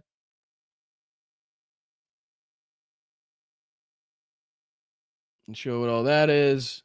But, you can see how it's being used by these fucking assholes. They even got Schumer in the Trump 2028 hat there. Fucking jerks. Yeah, you bunch of jerks. All right, let's go. That she's not white. He doesn't even stand up for his own wife and kids. He absolutely knows it's racist. He is a racist, and he is beholden to incredibly bizarre, weird, white supremacist gay Peter Thiel. And this is a weird group of people that have this crazy idea. And I don't know if they sit around and do drugs or if they think they're just so smart. I don't know what the deal is. But Peter Thiel and this guy named Curtis Yarvin, and then their little Smokey here, they literally want to launch something that's called dark enlightenment. And they want American. They're little Smokey here. I'm going to skip ahead just a second. I think they rip them a new one here, too. I mean, you guys are going to squeeze Chuck Schumer's home state until he blinks. Look, I haven't talked to Russ about this morning, but look, I'm sure that Russ is heartbroken about the fact that he's unable to give certain things to certain constituencies. Okay. Right there. He's saying that sarcastically. Mm-hmm. I'm sure Russell Vought is heartbroken. They are intentionally withholding funds from cities that are economic hubs, New York City, because they don't like New Yorkers, because New Yorkers don't like them. And New Yorkers know that Donald Trump. I totally forgot about this one. I wanted to give you some good news from the front lines. Fuck. I don't know why I had that one off to the side. Here, let me see if I can, just kind of switch things up just a little bit. This is just, we've been talking about the Pokrovsk area a lot. As it pertains to, possible Russian breakthroughs. But now we're talking about, as I think we brought up in the earlier clips, about the territorial gains being slowed by Russia in September. Well, this kind of just depicts at how much, those have slowed and why they've slowed and how much territory that the Ukrainians have managed to already take back and encircling Russian troops. Excuse me. So this is just, I just want to play a minute or two of this to kind of a little update on the frontline activities. So my apologies. I meant to play this after Artur Rehi's video, but I totally missed it. My apologies. From across the Brapidia direction, there you can see Ukrainian counterattack vectors, and Russians have been already cut fully between the villages of Shaheva and Novoshakheva. Supply lines do not exist. So clearly, the blue arrows depicting Ukrainian advancements, red arrows depicting Russian advancements, and you can see the encirclements here of the Russian, the Russian forces, where it's being pinched by both sides by the Ukrainian military. Once here by Shahove, and the other here by, I believe it's Novi. And then you can, they even have forces to the north and the south. Even if they were to break out, you can see if they've been separated from the main, hey, let me see if I can show it to you a little better here, getting out of the way. You can see here that they've kind of separated from the main battle force that is the Russians here on the bottom half of the screen. And you can see that Ukraine's done a great job of kind of maneuvering in there to separate divisions, separate groups of these Russians to kind of, eliminate them in force. And then, they can go on to attacking, again, the main battle force that they're facing here. Longer. Well, even before, Ukraine cut the Russian supplies here with the help of the drones, but now Ukrainian soldiers physically met each other in this spot. Yeah, you might see that right. front So what lines he's saying is in this spot here with the X, you can see the arrow coming from one direction, the arrow coming from the other. So basically that was maintained by drones by the Ukrainian military. And now he's saying that they've actually been able to link up, physically link up with their units, with the other units to encircle what looks like these Russian forces. Are boiling, so this is the gray area still, so some of the Russians could be even here, but finally Ukrainian presence is also there. So for Russians, it is absolutely not possible to supply their army group over here and also in Kucherev Yar, where, by the way, we have the confirmation of the cleared area from the Russian troops. Here there could be some of the presence of Russians, and Russians still keep control over the part of the Kucherev Yar, or it's better to say the forest spot, and they are being supplied there with the help of the drones only. Well, I hope that Ukraine will get rid of this encirclement very, very soon and concentrate efforts on the next piece. Well, that would be ideal, right? So if they could focus upon, obviously, the most cut off, the most remote of the Russian forces, take care of them, and then they could, take these forces that were being used against that Russian force and use them against the next encircled Russian force. And then they can continuously kind of, use their abilities to separate little groups, remove the little groups, eliminate the little groups, and kind of do that in different spots. And that will be one way for them to continuously pick off at this, what is, the main force, I keep saying, down here, where it's all red, obviously. The same confirmation we have from the deep state military. So Shkova being right here. I don't know if you can see my mouse, but this is the area right here that we were just looking at. This is that main force by Popov Yar, Poltavka, the Russian forces, and these are the two forces, the two red marks that you can see that were cut off, and kind of this is where the Russian forces were able to, the Ukrainian forces were able to link up and cut off this force right here. So this is Novoshakhova here, and this is just Shkova over here. So this is just a bigger map of that same area. Source, so it was yesterday, it is today. Ukraine gained some of the ground, confirmed. Novoshakhova totally liberated, and here Russian supplies were absolutely cut. So you after can see all, that you can see with that main force, you can see, watch right here. See how this is a land bridge? They got a little, this is their supply lines, so to speak. So the Russians, no matter what, were able to at least supply this force here as long as this was still attached. And now if you jump ahead to the next shot, you can see that the land bridge, so to speak, between these two forces were cut off by the Ukrainian military, thus cutting off these two positions. That position was already cut off, but thus cutting off this position and isolating the northern position even more. Yesterday, it is today. Ukraine no gained more. some. Now that land bridge is gone, the Russians have been completely isolated, both in these two groups here, cut off by the Ukrainian forces in the middle of those two groups. And again, if they can continue to do this and separate these groups into smaller and smaller, groups of people, then it makes it just that much easier for them to eliminate or take into custody. The ground confirmed, Novoshakhova totally liberated, and here Russian supplies were absolutely cut. So after all, I was correct with my idea that Syrskyi went to Pokrovsk-Dobropila direction. He met with Ukrainian commanders there, including the chief of Ukrainian drone army, Magyar, that they're planning. I told you we were going to keep an eye on this when we were talking about the original so-called breakthrough by the Russian troops, by the Russian military in the Pokrovsk area. We told you we were going to keep an eye on this and how the Ukrainian military was going to respond, how Syrskyi was going to respond. And this is obviously the tactics that they've chosen, and it seems to be working effectively, because again, they've effectively stopped the amount of gains that the Russians have had in the month of September by almost 50%, and they've already started to take back certain villages and certain territories in the Pokrovsk area, some being fully liberated, some Russian troops being encircled, and a lot of them being cut off there. Something big, and this big is already happening. One more stage of Ukrainian counterattack in Pokrovsk-Dobropila. For now, Russians are unable to withstand Ukrainian strikes, and they are losing the territory here little by little. So this part is absolutely successful for Ukraine. Russia already lost here almost 2,000 of the troops, and they continue to lose those even now. And I don't see the 2,000 troops for what is an insignificant area, right? It's seemingly an insignificant region. I know if they could get past this region and further into Ukraine, they would be running into, more juicy targets, so to speak. But as of right now, for this specific area, as anything more than just kind of propaganda to use for headlines, to say that they've made some sort of breakthrough, to use these village names as territories have taken, not really something that you'd think 2,000 would be worth 2,000 of your soldiers in order to again be pushed back inevitably at the end of the attack. For them actually to save their forces in Kucherov Yar and in this encirclement.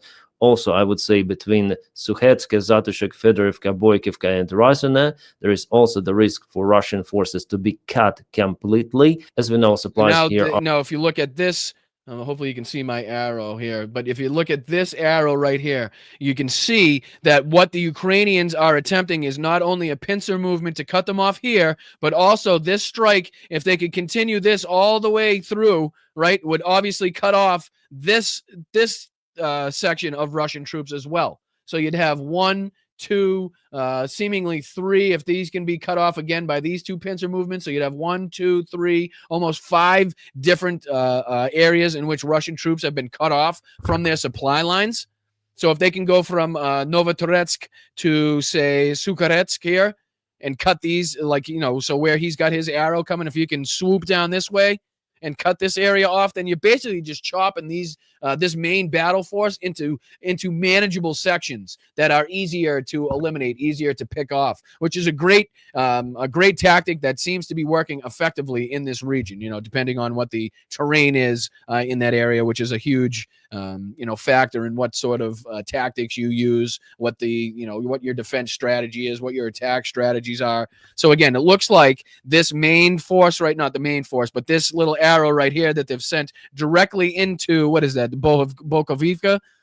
If they can continue that straight shot down to, kind of Razin area, then that will do more and more damage in order to, again, isolate these troops here. Again, making what would be almost 5 or 6 different cutoff groups of troops by the Russians.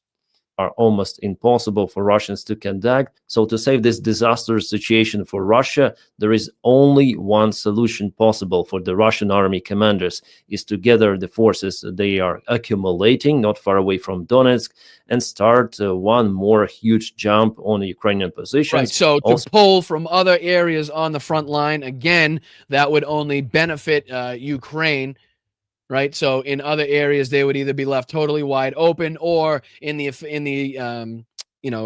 that they actually bring enough troops into the area, it would actually force Ukraine to start pulling from other areas of the front as well. But again, is this the area in which that Russia wants to, stake their claim on? Is this where they want to start pulling people from other areas in the on the front lines in order to make a stand here to save these groups that have been isolated, or to make a push in this area? It remains to be seen, right? So where the Russians go from here and how they actually, counterattack the counterattack by Ukraine, we'll have to keep our eye on. Securing the forces from this side, but still they hesitate for now, at least, because it is very, very risky. It might bring them even more losses. But Zelensky says that Russians are getting ready even for that operation, which could be started this fall. But here Russians have their attack vector towards Novopavlovka, Toretsky, and Sofiivka. I told about it a couple of days ago that definitely they try to get more ground, and actually they occupied Poltavka here. So what looks, from the amateur position that I sit in here, it almost looks like they have 2 choices here, that he can either attack from Poltavka and try to, again, outflank the Ukrainian military and maybe even try to get around their counterattack, which if they could encircle the counterattack, which again would put these would put the Ukrainian military in a position where they would have to either hold the ground or try to retreat to better defensive fighting areas, due to an overwhelming force. But it looks like they could either do this, or from over here in Sukhetsk, and try to go around this way and either counter the attack that way. But it doesn't seem like Doesn't seem like they've attempted anything on this area just here, and I'm not sure how effective this was. Doesn't seem like they made it too far in this area. But for now, we see that they do not pair lots of the forces here in this attack vector. So I see it as an attempt from Russian army to find the weak spots in Ukrainian defense. It looks like the planning before big strike, which I'm sure... Right, so they're probing, so to speak. They're probing to try to find the weakest areas of, again, the Ukrainian counterattack to, again, try to figure out what their best plan of attack is to either, relieve these soldiers of being surrounded, or again, just try to counter-attack the Ukrainian counterattack effectively. So I just wanted to kind of give everybody an update on this area. I told you guys I would be looking at it. We'd be trying to figure out what the Ukrainian military would do in response to the buildup of Russian troops in the area. And it looks like they have an effective tactic on their hand as for their counterattacks in this area. So definitely good to see in that area as well. But let's see if I can bring in how much time we got. 30 minutes. So we should probably hop right into the end of this, because yesterday I played this on the show, but I didn't quite have the video that showed the whole thing. This time I do have the whole thing. So I want to see if I can play this for you. This is, I'm not sure, the body language guy on YouTube. That's just who happened to have the full video that I could show. But listen to what Netanyahu says in this, and how he's talking about taking over X, and he's talking about taking over fucking TikTok, and he's talking about the use of propaganda. And then we'll go into this other clip that I found that kind of corroborates everything that Netanyahu is saying, as opposed to using their propaganda tactics, taking over X, demanding the silence of voices like mine that continuously call out the government of Israel and the genocide that they're engaged in right now. So I just wanted to, again, I didn't want to leave you with a cliffhanger from yesterday, but I want to make sure that we got the whole video here, in the whole thing, the whole clip from Benjamin Netanyahu. So let's see what he has to say in its entirety.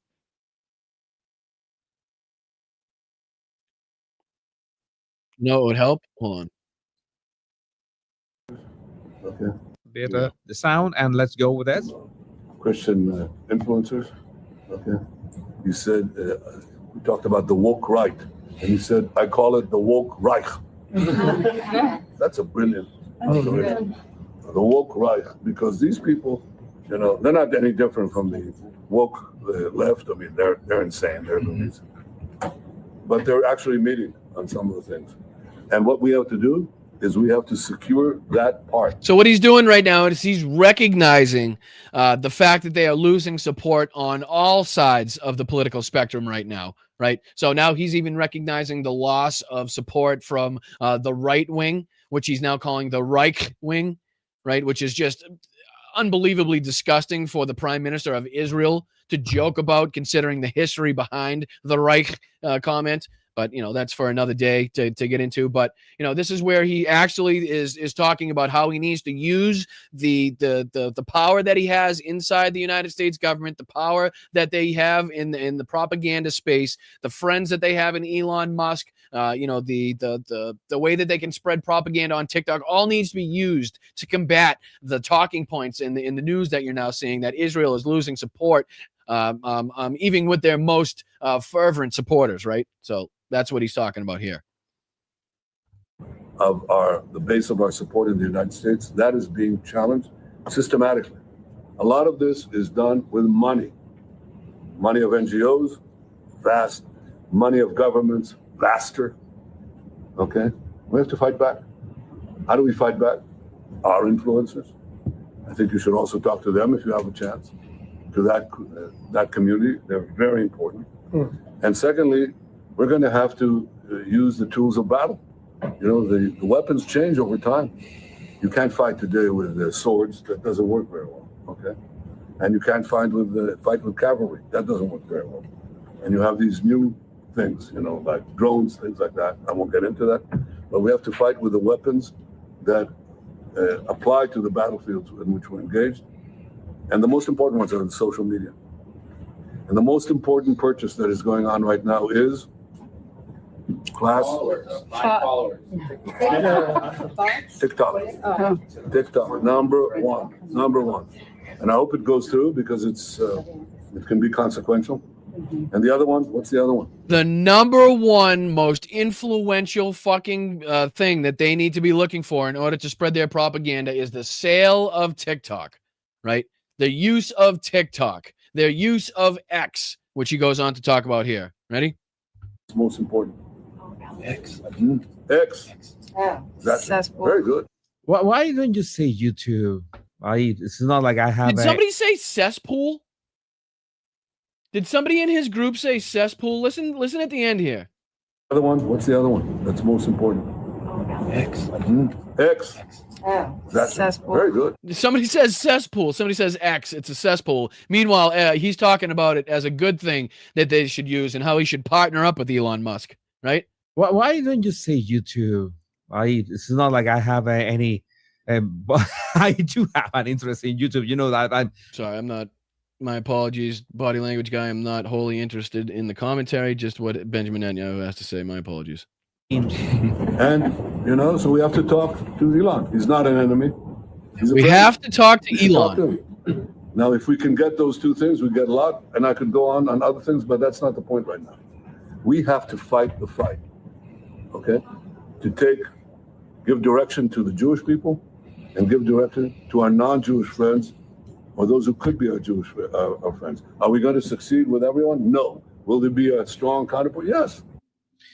Well, it's so basically the gist of that is to use propaganda to the best of their ability. Right now, Israel is now not only fighting a genocidal war in Palestine, but they're also now actively engaging in a propaganda war inside the United States, using TikTok, using X, using Elon Musk, using their influential people they have behind the scenes pulling strings for our politicians. So they're going to use any and all means to try to silence critics, to try to silence people like me who every day come on talking about the fucking genocide, talking about the genocidal regime, talking about the genocidal government in Israel right now, the blockade, the lack of aid that they're putting in. It's funny that they have to put in their little fucking 20-point agreement that they put in that they will allow aid into Gaza. Seemingly, the only way you could allow aid into Gaza is if you weren't allowing aid into Gaza in the first fucking place, right?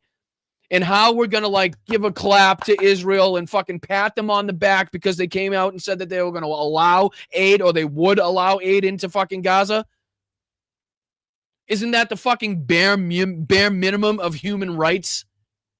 The bare minimum of international law in the fucking Geneva Convention is to say that you should probably keep the civilians alive in these areas that you're bombing to shit. So the fact that Israel even has to come out and say, okay, yeah, if they do this, we'll allow aid in, is just a fucking a sign of guilt. It's just an admission of guilt to say that they are absolutely responsible for stopping aid from going in there. They are absolutely responsible for the fucking starvation of millions of people. So to fucking, give them a clap, round of applause. Oh, it's so nice of Bibi and fucking Trump to sit down and give their demands. Fuck off, the both of you. The fucking both of you. And that goes along with this one, too. This is another clip that I found. This one is Israeli politician Yair Golan openly declares that the next step is opposing strict controls on social media, blocking anything authorities label as propaganda. So, again, this show could very easily be labeled. I know I'm not big enough to require the spotlight. I'm not big enough. I'm not under any illusions that I have any sway or pull big enough to, get the eye of these people. But if it came down to it, if somebody showed these people my show and showed them the shit that I have to say, you can absolutely be 100% assured that they would consider my show propaganda. They would consider this, fucking anti-Semitic, and they would try to have this shut down. And listen to them, because they're saying it outright with a camera in their fucking face, with a microphone up to their lips, with the spotlight on them in broad daylight, telling you what their plans are. The next thing I will do. Sorry, guys.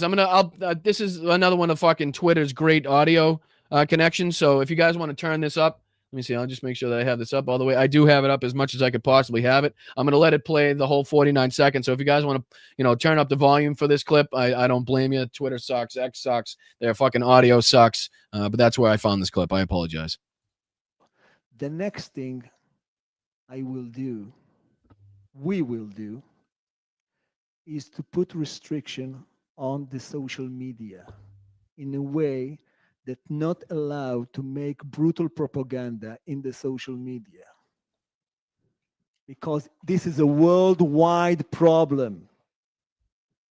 And it should be initiated by the United States of America, the place where all the big firms is settled.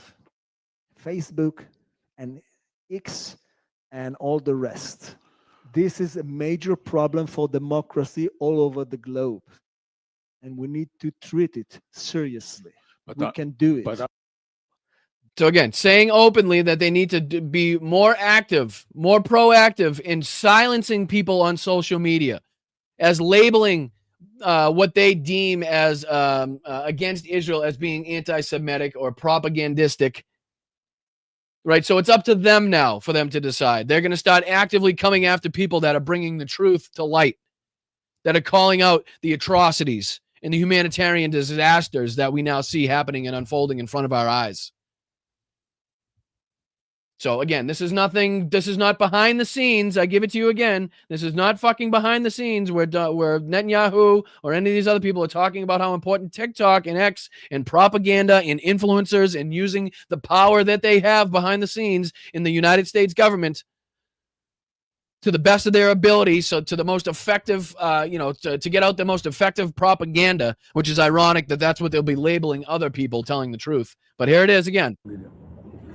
And the most important purchase that is going on right now is followers.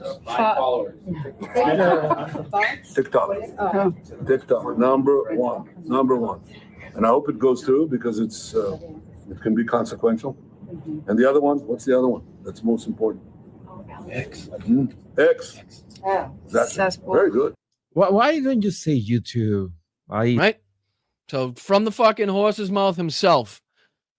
And that just it goes along the lines with the $7,000 that they'll be giving to his influencers per post that in any way puts out Israeli propaganda, Israeli talking points. Right. Well, I think that's why one of his buddies there, whoever was in the group, called it a cesspool. Right. No, I'm not sure if they were talking about that in maybe the opposite terms, like it was like an anti-Semitic cesspool or something like that. But again, I mean, whichever way she was talking about, I think she's 100% spot on in that thing being a cesspool. Right? It's just fucking unbelievable. And again, it's kind of scary when you're talking about, stories like this as well in the background, where you got people writing about how it looks like we're edging towards a war footing with Venezuela. All the warships we've seen go over there, the rhetoric, taking out the fishing boats, stuff that Maduro has said that they're doing retaliation, the calling of the generals, talking about that we need to be, more engaged and ready for war if we're trying to keep peace, the peace president and all that bullshit. It's fucking unbelievable. It is unfriggin' believable. Let's see if there's anything that I didn't get to, anything that I missed.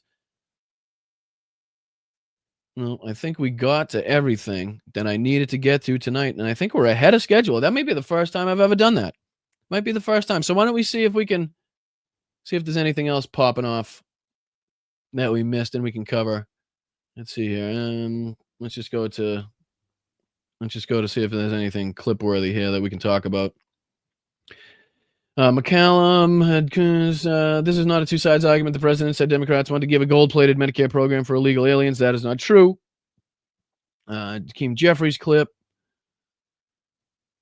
Some more lies from the president posted the meeting is to determine of the Democrat. Oh yeah, this is where Donald Trump said he's going to get rid of Democrats. And then J.D. Vance was questioned on it, and now I believe Mike Johnson was questioned on it. Whether or not he's specifically going to target Democrats. And again, people are like, oh, now he's going to start firing people in the federal government. This is going to give him the opportunity to fire people in the federal government. What do you think Donald Trump's been doing since he took office? He's been firing people in the fucking federal government since he got in there. This ain't nothing new. This is not any new power that he seemingly has. He's been using this, whether illegal or constitutional, since the beginning.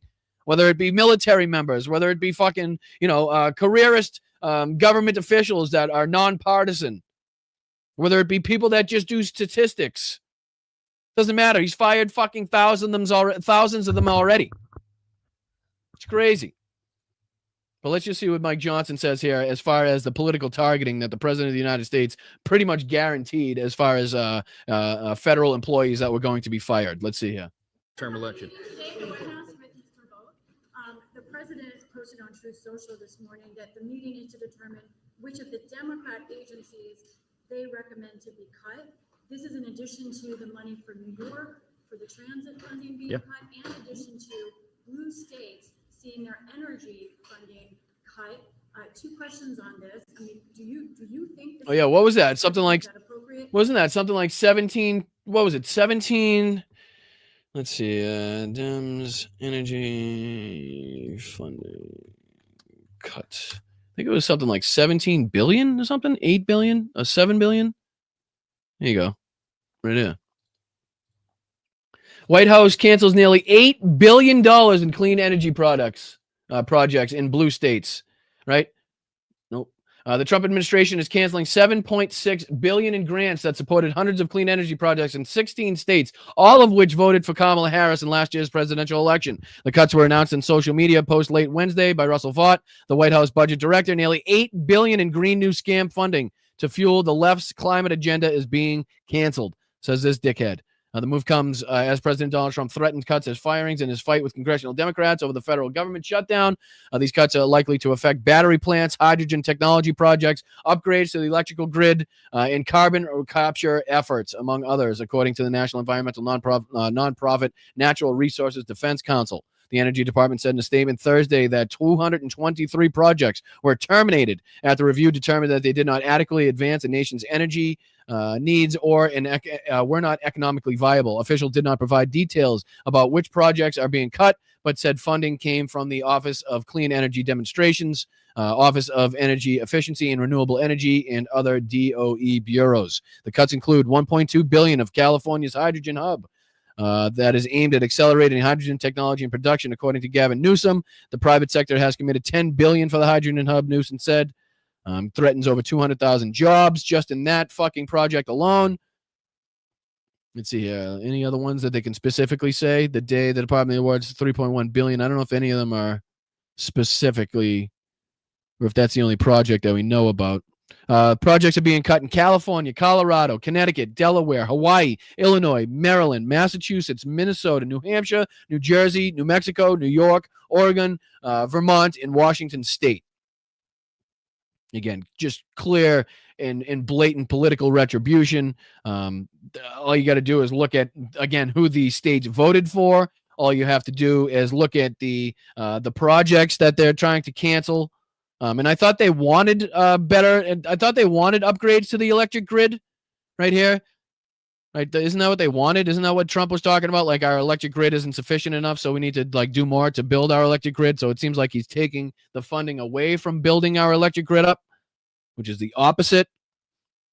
But again, just one of the moves that we could talk about that is just clear and obvious political retribution, because the Democrats wouldn't help the people that have this overwhelming majority. They have the mandate. They had the mandate, ladies and gentlemen. Why they need the Democrats after they said they didn't need Democrats to do anything? They have the executive. They have the legislative, right? They have all the branches. They got them all. The Supreme Court. They got them all. Right? Yeah, the fucking idiots. Don't get me started, Tiff. Don't get me started. All right, so why don't we get into thanking some people, and I will let you guys get out of here and enjoy the rest of your night. I appreciate you guys very much. Why don't we say we start off where we always start off, with the fine and wonderful people that reached out via Venmo. I'll put this up there for the last couple of minutes as well, because I always forget to do it. I know a lot of people don't have Venmo, some don't have Venmo, and some do have PayPal. So now, from now to the end of the show, if you have PayPal, it's now a PayPal QR code up in the corner as opposed to Venmo, just in case you have that. I don't want to leave anybody out if they wanted to kindly support the channel. But let me see if I can get to all you fine and fabulous people. Claudia, thank you so much. Claudia, thanks, Brian. Blues loving. Oh, I appreciate that. I appreciate that. I love hearing the names of the screen names, the people in the screen names. So let me thank you for that. Thank you. I appreciate that. So you get that. A little hot from me. And then we got Jessica. Thank you so much as well. Let's see if you wrote a message. Great work on the stream tonight. Thank you so much, Jessica. I really appreciate that. You get a hot as well. Sharon, thank you so much. Sharon says from Wise Girl. Oh, thank you so much. I don't know if I'm supposed to be saying these names though. I don't know if you guys want everybody to know your name beyond your screen name. So thank you so much, Wise Girl. I appreciate that. Very nice of you. Very, very kind of you. Next was Jenny Faye. Thank you so much, Jenny Faye. Don't forget to tip your ambulance driver. Now, I don't follow baseball at all, but my Connecticut-born Italian dad did. He loved the Yanks, but until the Rays came along. Sorry, Bri, for my dad, but go Yankees. Again, that one definitely I will let slide. So thank you guys to everybody that reached out on Venmo. I think they play I think the game's tonight at 3 o'clock my time. Oh, 5 o'clock my time. 5 o'clock my time. So it'll be 8 o'clock back home. So, go Sox. Go Sox. But let me see if I can get into thanking you fabulous people here on the YouTubes. Starting it off right. Thank you so much. I really appreciate that, Jen. I mean, that is incredible. That is incredible. I appreciate it. Sitting outside Walker's Point in Kennebunkport. Well, I appreciate that. I appreciate you tuning in. I appreciate your kind and generous contribution. That is a huge, huge contribution, and we appreciate it very much. Thank you so much, WW, for being here for 19 months. Seems like only yesterday. Hang in there, Brian. I certainly will, my friend. You guys give me the motivation, the passion, and the energy to do this every day, and I thank you so much for showing up and kind of passing your passion on to me. So, and thank you, Dave. Good to see you, my brother. Happy birthday. I hope you're feeling great. Thank you so much for joining us once again. Thank you so much for the 5 gifted memberships. It's wonderful to see you back at it. And again, I hope you have a wonderful day. Enjoy your birthday, my friend. Thank you, Slacks. I appreciate that for the $10. Slava Ukraini, back to you. Heroyam Slava. Love to you, Brian, Mel, Dungaree, Dog, Logan, all the Bryantologists, and thank you in advance for all of your kind greetings. Well, thank you so much, Slacks, for your continued passion, your continued support of this channel. It goes a long, long way, and we very much appreciate it. In tune, let's fucking go. Appreciate that. Thank you so much for that kind, generous donation. Thank you, Debbie. I appreciate that. Thanks, Brian. Great to be here with all of you. No, it's great to be here with you, Debbie. Congratulations, and thank you for being here for 3 months. AI Jesus, let's go. Thanks, Brian. Great show. Wish I could give more. There's absolutely no such thing as I wish I could give more. That is beyond enough. That is more than enough. That is already going the extra length, the extra step. So please, in absolutely no way should you feel like you need or should or have to give more. That is just not the case here. Like I always say, bust a buck or two. That's more than enough to support independent media. And everybody in the chat did that. We could really take this thing to the moon. So I appreciate you, AI Jesus. No sorries, no apologies. No down feelings on that one. I appreciate you, and it's very well. It goes a long way in helping the channel. Stoneflower Dragon, same for you. I don't understand why they're allowed to cancel things that have already been passed into law. Please, somebody explain it to me like I'm 5. It's a great question. I'm not sure it's very on the level legally, to tell you the truth, right? Or if they're just kind of exploiting the fact that the government is shut down. But again, remains to be seen as how this is going to be relieved, how long the government's going to be shut down. What was it last time? Like 35 days or something like that? So who knows how long we're going to have to endure it this time. But I appreciate you, Stoneflower Dragon. And to round it out, thank you, JD. As always, I appreciate you. Thank you for being here every day. Thank you for showing up every day. Thank you for contributing every day. And thank you for filling up the swear jar. I really appreciate that, guys.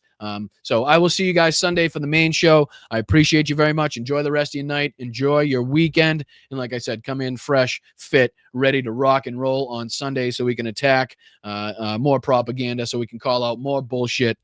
And we can tell more truth here at Blunt Politics. Again, I'm Boston Brian. I appreciate you guys. Tune in Sunday because we have a Sunday show. If you hit the notification bell, that'll alert you when I go live. And again, if you think about contributing, if you're in the financial position to do so, please, we're on our way to 1,000 members, which would be a huge milestone to celebrate with all of you guys. Not only that, but you can check out the PayPal and the Venmo up in the corner. It goes a long way in helping support this channel. Again, just a buck or two would be more than enough to help support this channel. And again, you can sign up at patreon.com/BostonBrian for as little as $5 a month. That gets you into our Zoom meetings, our monthly Zoom meetings that we have twice a month.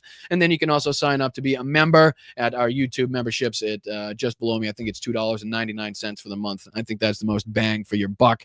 I think that's the most help for the channel, and you guys are the backbone of the community. So thank you so much, Mods. Thank you, Rocks. Thank you, Tiff. Thank you, Tanya. Thank you, Adam. Thank you, Lokera. Thank you, Mark. Thank you, all of you guys. Thank you, Mel, for everything that you do as well. Yes, I know, Tiff. I know. I'll get them out to you today. I promise. Get off my back. But I'll see you guys Sunday, all right? You take care of yourselves. Make sure you're getting out there. Stay loud. Stay proud. Right? Find your nearest protest. Find your nearest rally. Find your nearest No Kings. And make sure you're keeping your head on a swivel out there. Make sure you stay safe. But like I said, keep kicking ass. I'm Boston Brian. I'll see you Sunday. All right, guys. Take it easy. I appreciate you guys. I really do.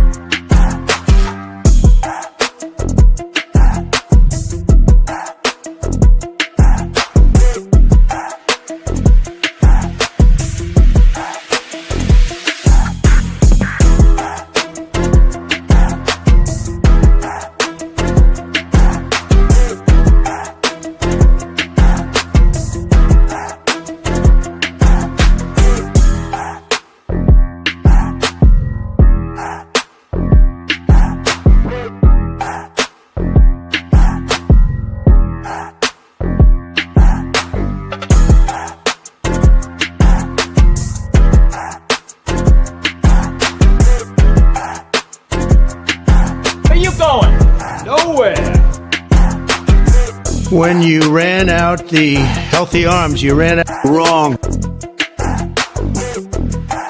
Fucking Nazis. Refer to my hands. If they're small, something else must be small.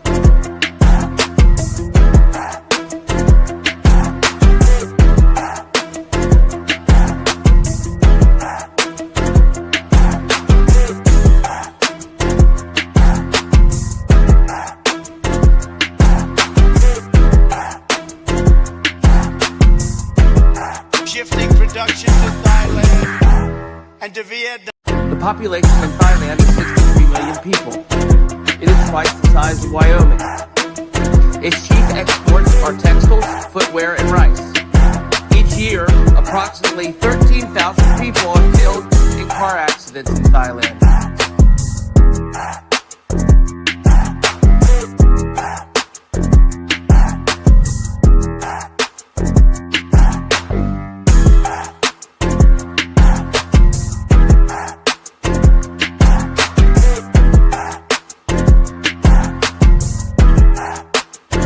This week it was reported that an illegal alien, and you just look at this, what's happening. Army manned the air. It ran the ramparts. It took over the airports. It did everything it had to do.